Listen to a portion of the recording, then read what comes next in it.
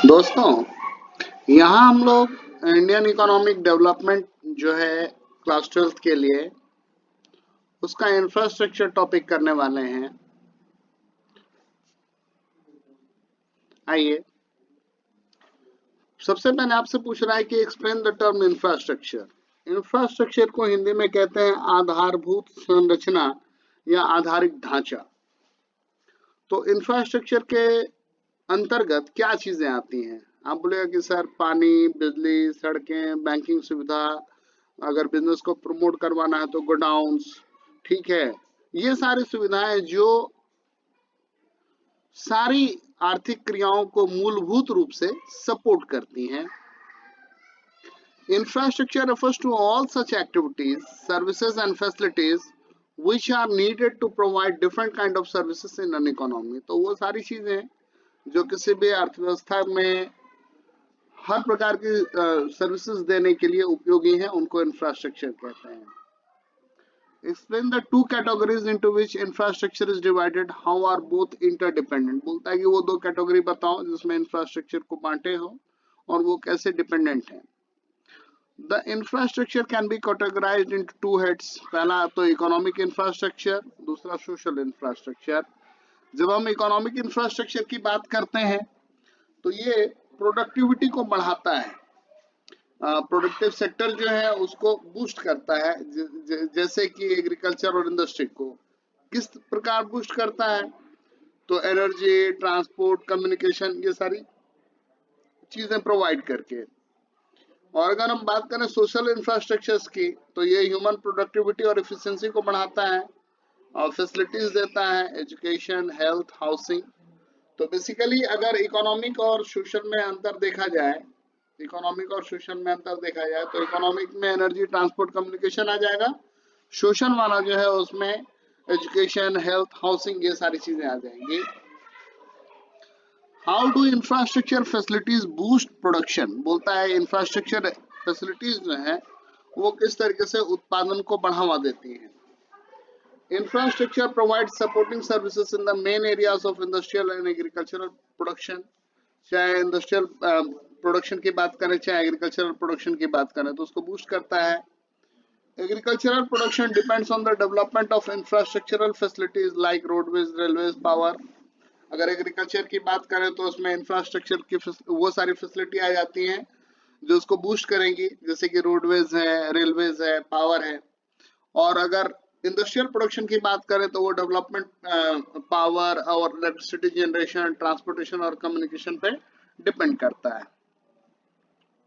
Infrastructure contribute to the economic development of a country. Do you agree? Explain. बोलता है कि infrastructure जो है उससे किसी भी राष्ट्र की उन्नति होती है, किसी इकोनॉमी की डेवलपमेंट होती है। क्या इस बात से तुम सहमत हो? अगर हाँ तो तुम उसको बताओ। Development of infrastructure and economic development go hand in hand. जो इंफ्रास्ट्रक्चर का डेवलपमेंट है, इकोनॉमिक डेवलपमेंट है, वो साथ साथ चलता है।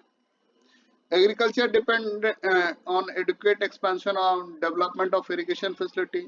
आपको कृषि का विकास करना है, अगर आपको कृषि का विकास करना है तो आप सिंचाई की सुविधाओं को डालेंगे, आप उन्नत नस्ल के बीज, फर्टिलाइजर, पेस्टिसाइड्स, इसकी व्यवस्था करेंगे। साथ के साथ आप ये देखेंगे कि पंप सेट, थ्रेशर, कंबाइन ये हो। आप ये देखेंगे कि अच्छा गोडाउन हो जहाँ पे एग्रीकल्चरल प्रोड्यूस रखा जाए। साथ में आप ये अच्छा देखेंगे कि अच्छी बैंकिंग व्यवस्था हो कि किसानों को भी लोन मिल सके। साथ में आप ये देखेंगे कि जो प्रोड्यूस है उसकी मार्केटिंग के लिए प्रोविजंस हो। तो आप कह सकते हैं कि इंफ्रास्ट्रक्चर होने से इन सारी चीजों को बूस्ट मिलेगा। Industrial progress depends on the development of power and electricity generation, transportation and communication। जो इंडस्ट्रीज है उसका डेवलपमेंट जो है वो डिपेंड करेगा कि पावर और इलेक्ट्रिसिटी जनरेशन किस प्रकार से हो रही है, ट्रांसपोर्ट और कम्युनिकेशन का क्या हालत है। Infrastructure contribute to economic development of a country both by increasing the productivity of the factors of production and improving the quality of life of its people। जो फैक्टर्स ऑफ प्रोडक्शन है, जो उत्पादन के मूलभूत साधन हैं, इंफ्रास्ट्रक्चर क्या करती है तो उसकी प्रोडक्टिविटी को बढ़ा देती है और साथ साथ जो लोग हैं उनकी क्वालिटी ऑफ लाइफ को भी इम्प्रूव करती है। What is the state of rural infrastructure in India, बोलता है कि रूरल इंफ्रास्ट्रक्चर का क्या हालत है। A majority of our people live in rural areas, बोलता है कि हमारी जनसंख्या का एक अधिकांश हिस्सा करीब 60 से 70% हिस्सा अभी भी जो है ग्रामीण क्षेत्रों में निवास कर रहा है। Despite so much technical progress in the world, rural women still use biofuels such as crop residues, dung and fuel wood to meet their energy requirements. और इतनी तरक्की होने के बावजूद भी जो ग्रामीण महिलाएं हैं उनके साथ व्यवस्था है कि वो जो है वो बायोफ्यूल्स की फसल के बचे खुचे अवशेष, डंडियां, पत्तियां वो जला रही हैं, या जो गोबर है उसके कंडे उपले बना करके जला रही हैं, या जंगलों से जहां जाना सेफ नहीं है या ऐसे स्थानों से जो बहुत सैनिटरी कंडीशन में नहीं है, जहां पर उतनी स्वच्छता नहीं है, वहां से जलावन लेकर के आना। और फिर जब आप इन्हें जलाते हो तो क्या है, धुआं निकल रहा है, वो धुआं जो है आपके लंग्स को, आपके आईज को, आपके इंटरनल ऑर्गन्स को वो नुकसान पहुंचा रहा है। Rural people have to travel long distances to fetch fuel, water and other basic needs. जो ग्रामीण व्यक्ति हैं उनको काफी लंबी दूरियां तय करनी होती है, तभी वो ईंधन, पानी या अन्य बुनियादी सुविधा की चीजें लेकर के आएंगे। जैसा कि 2001 का सेंसस में निकल के आया, only 56% of the rural house hold had electricity connection, कि केवल 56% ऐसे घर हैं जहां पर बिजली का कनेक्शन है। Tap water availability is limited to only 24% rural household and the remaining household make use of water from open sources. जो नलके का पानी है वो केवल 24% ग्रामीण घरों में उपलब्ध है और बाकी लोग जो है वो किसी खुले हुए सोर्स से पानी ले रहे हैं, जिसमें कि कुएं आते हैं, टैंक आते हैं, तालाबें आती हैं। Efforts to improve sanitation in rural areas was only 20%, और एक स्वच्छ मतलब वॉशरूम की फैसिलिटी हो, ये केवल 20% लोगों तक ही उपलब्ध है।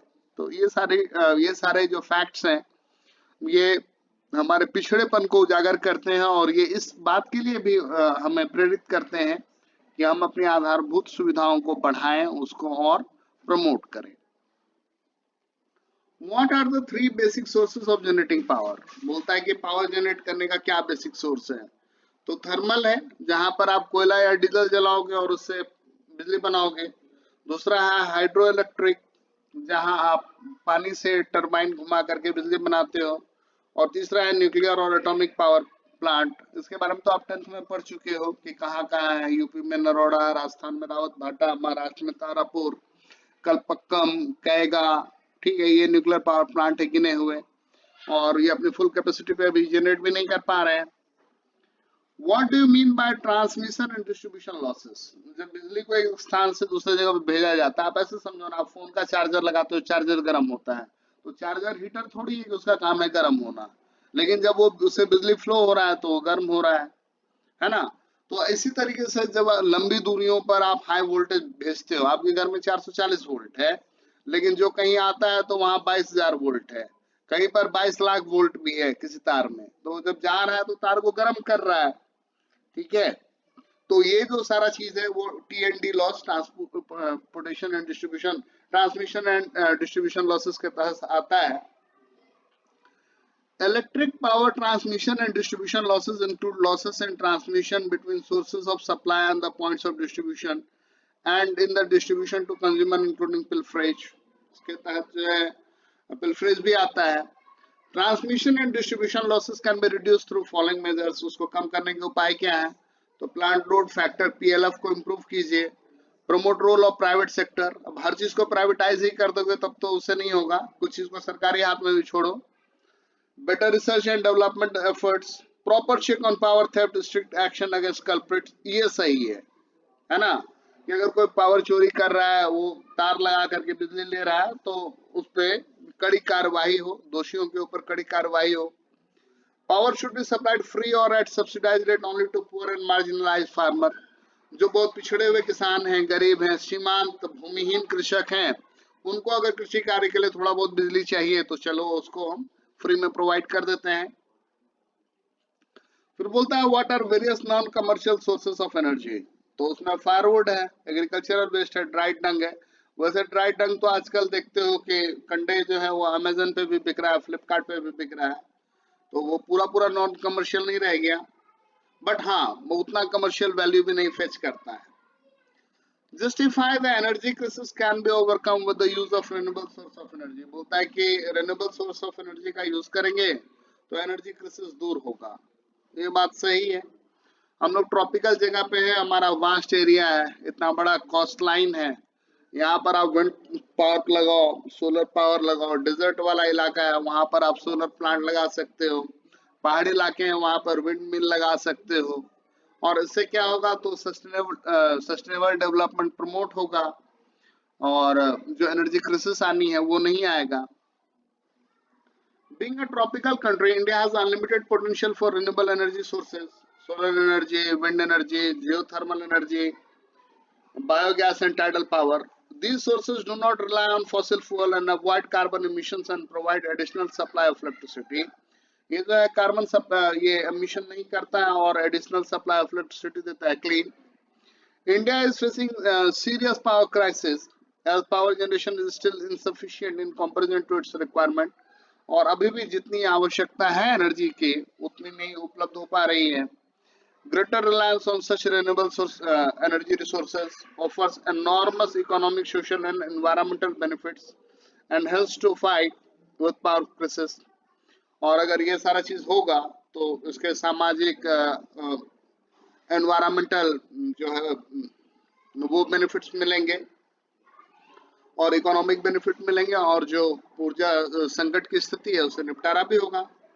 What is GBD, global burden of disease, ये जो है आज से कुछ दिन पहले 12th के पॉल साइंस में पूछा था। तो बेसिकली जो बीमारियां होती हैं उसमें खास करके कम्युनिकेबल डिजीजेस, तो वो देखोगे कि एशिया या अफ्रीका के ऐसे देशों में फैल रही है जहाँ पर सैनिटेशन कम है, लोग बाग कम शिक्षित हैं, लोगों के पास उतना पैसा नहीं है कि इस चीज को काउंटर ऑफ कर सकें, वार्ड ऑफ कर सकें। Global burden of disease is an indicator used by experts to measure the number of people dying prematurely due to particular disease, as well as the number of years spent by them in a state of disability owing to the disease. तो उसमें क्या होता है कि किन बीमारियों के कारण जनधन की हानि हो रही है, या ऐसी कौन सी बीमारियां हैं जिनकी वजह से उन्हें बहुत दिनों तक जो है वो एक ऐसी हालत में रहना पड़ता है जहां पर वो पूर्णतया इफेक्टिव नहीं होते हैं प्रोडक्शन के लिए या अन्य किसी भी चीज के लिए। How has women health become a matter of great concern, सही बात। महिलाओं को आप कहते हो कि देवी है, काली माता, दुर्गा माता, लक्ष्मी माता, और अगर उसका हेल्थ नहीं होगा, महिला का हेल्थ नहीं होगा तो शिशु का हेल्थ नहीं होगा, परिवार के और लोगों पे बर्डन पड़ा रहेगा। कहने के लिए जो है वो जो आमदनी जनरेट करती है वो नेशनल इनकम में नहीं जुड़ता है, लेकिन काम तो वो कम नहीं करती है, बहुत काम करती है, इसमें कहीं कोई संदेह नहीं है। Women health has become a matter of great concern because they suffer many disadvantages as compared to man. जो उनके स्वास्थ्य से संबंधित पहलू हैं उसमें बहुत सारे डिसएडवांटेजेस हैं। चाइल्ड सेक्स रेशियो जो है डिक्लाइन किया 1945 से 945 से 927, मतलब 63 ऐसे लोग हैं, और 63 नहीं 73 ऐसे लोग हैं जिनके लिए कोई फीमेल है ही नहीं। It indicates growing incidence of female foeticide in the country, मतलब बच्चों को भ्रूण हत्या हो रही है। Around 3 lakh girls below 15 years of age are not only married but have already grown children at least once. करीब 3 लाख ऐसी लड़कियां हैं जो 15 साल से कम एज की हैं, ना उनकी केवल शादी हो गई है बल्कि उनके बाल बच्चे भी हैं। More than 50% of the married women between the age group of 15 and 49 have anemia and nutritional anemia. रक्त की कमी है, रक्त अल्पता है, आयरन की कमी है, caused by iron deficiency which has contributed to 19% of maternal deaths, और जिसकी वजह से maternal death हो रहा है। Abortions are also a major cause of maternal morbidity and mortality in rate in India. जो abortion करवा रहे हैं तो वो भी एक बड़ा फैक्टर है जिसकी वजह से मौतें हो रही हैं। अनट्रेंड लोगों के पास जाकर के आप abortion करवाते हैं। और जो ये 6 इंडियन मेडिसिन सिस्टम है उसके लिए कोड आयुष, उसमें आता है आयुर्वेद, योगा, यूनानी, सिद्धा, नेचुरोपैथी और होम्योपैथी। तो ये पूछता है बच्चों कई बार, तो इसको आप देख लेंगे, ठीक है। Thank you. ये स्लाइड बनाया था सोनाली ने और एक्सप्लेन कर रहे हैं चंद्रहास। Thank you.